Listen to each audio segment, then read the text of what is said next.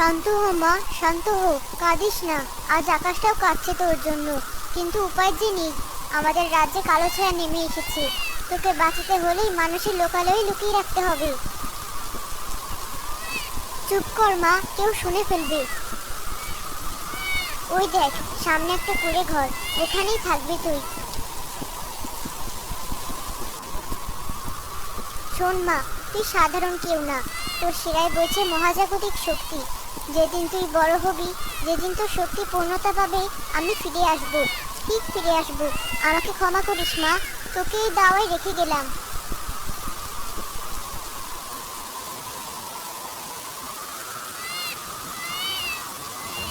শিউলি, ও শিউলি, তুমি কি বাতাসের শব্দের মধ্যে অন্য কিছু শুনতে পাচ্ছ?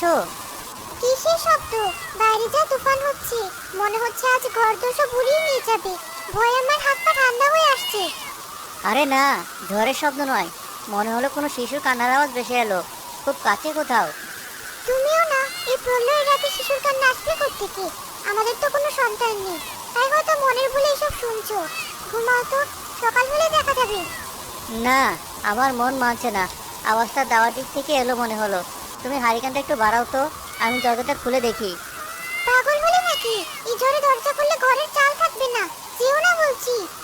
আমাকে যেতেই হবে, যদি সত্যি কোনো বিপদগ্রস্ত মানুষ হয়। উপরওয়ালা কিছু পরীক্ষা নেন।